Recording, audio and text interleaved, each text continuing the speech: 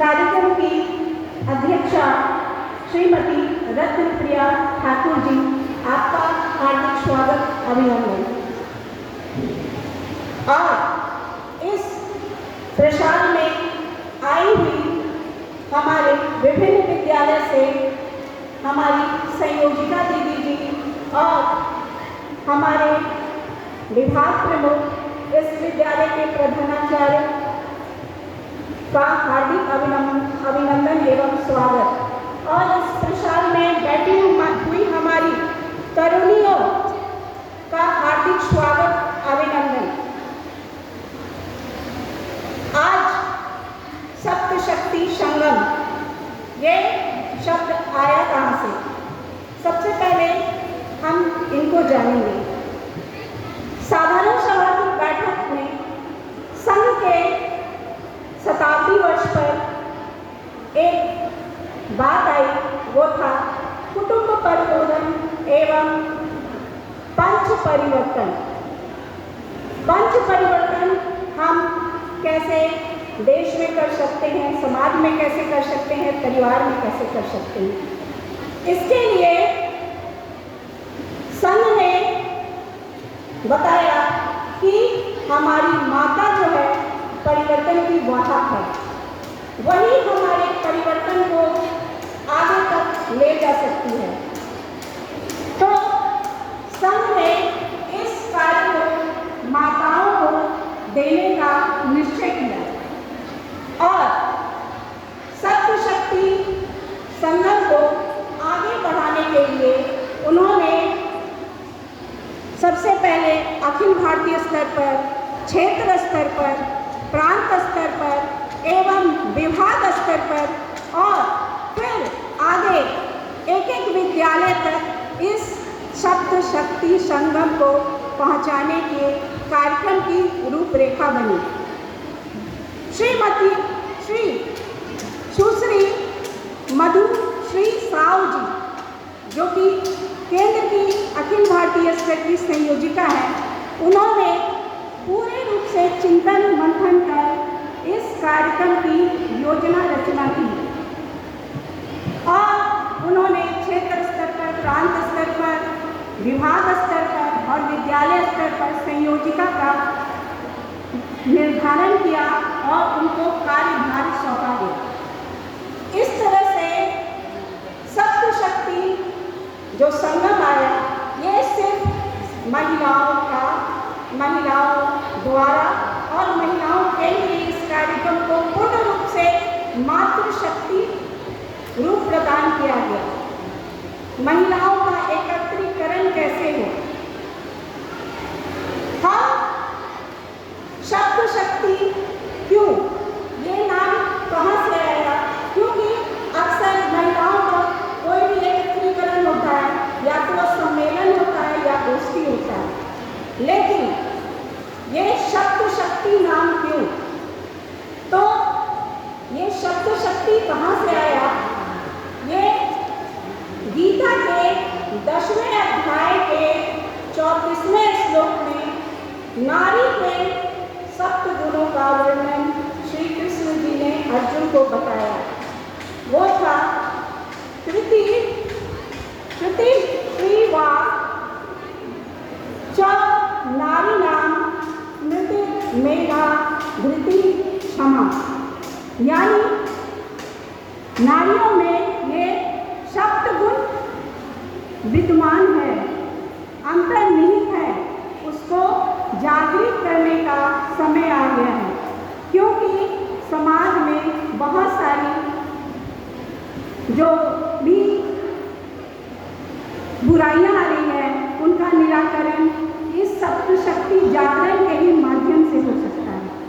इसमें 7 जो है शक्तियाँ, वो कुछ इस प्रकार से हैं। कृति, सबसे पहले कृति यानी यश। नारी को अपने परिवार में यश किस प्रकार से फैला सकते हैं, अपने बच्चों में किस प्रकार से हम संस्कृति, अध्यात्म या उनमें इस विशिष्ट गुणों का हम संचरण कर सकते हैं, ताकि उस प्रभाव हमारे परिवार, समाज और राष्ट्र को प्रदर्शित हो। तो कृति सबसे पहले आई क्योंकि यश फैलाने का ये समय आ गया है। जैसे कि कौशल्या ने राम को पाला और उनकी कृति यहाँ तक पहुँची कि उनको मर्यादा पुरुषोत्तम भी कहा गया। उसके बाद श्री की बात आई है। श्री यानी लक्ष्मी। हम लक्ष्मी यानी धन। हम धन तो कमाते हैं, लेकिन धन का जो कमाने का तरीका वो सही है या गलत, इसको हर लक्ष्मी को, हर नारी को ध्यान देना चाहिए कि हमारे पति अगर कार्य करते हैं तो वो लक्ष्मी लाते हैं तो वो किस प्रकार से अनावश्यक है या आवश्यक रूप से ला रहे हैं, सही रूप से ला रहे हैं, और उसका जो खर्च है, श्री का खर्च है, वो सही मद में जा रहा है कि नहीं। हम कोई गरीबों की मदद करना या दीन दुखियों पर दया करना, उस माध्यम से मंदिरों में बहुत सारे इस तरह के कुछ श्री का हम जो व्यक्त करते हैं वो उसको हम अच्छे से करें। श्री की यही उपयोगिता है। इसके बाद वाक यानी वाणी। वाणी में हमें बहुत ही ध्यान रखने की आवश्यकता है, क्योंकि कहीं पे हमें वाणी बहुत नीचे ले जा सकती है और वही वाणी अगर हम सही से बोले तो हमें ऊपर ले जा सकती है। तो नारी में गुण है, विद्यमान है, उसको जागृत करने की आवश्यकता है। हमें वाक चातुर्य जरूर आनी चाहिए, तो ही हम विषम से विषम परिस्थितियों में हम उसका समाधान कर सकेंगे। स्मृति यानी कि स्मरण। हमें छोटी छोटी हर बातों का ध्यान रखकर हम उनको आगे ला करके, जैसे गीता का स्मरण, रामायण पाठ, भजन कीर्तन आदि।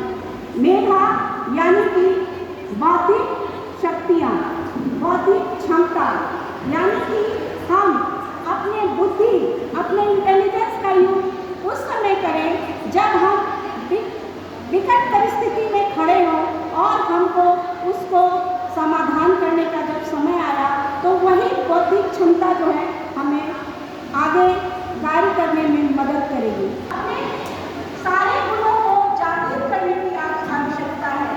धृति यानी कि धैर्य। नारी में धैर्य को नैसर्गिक गुण है, क्योंकि 9 महीने वो अपने बच्चे को अपने गर्भ में रखे रहती है। तो ये नारी का धैर्य की परम शास्त्रा है। और क्षमा, नारी को क्षमाशील होना चाहिए। स्वयं क्लेश से बचना चाहिए, क्योंकि यदि क्लेश मेरे मन में होगा तो हम उसको, परिवार को विघटन से बचा सकते हैं। क्लेश को दूर करना होगा तो पारिवारिक वातावरण हम अच्छा बना सकते हैं। तो आज राष्ट्र को जगाने का, महिलाओं को, नारियों को अपने शक्ति का स्मरण करने की बात हो गई है, क्योंकि कौशल्या और जीजाबाई अपनी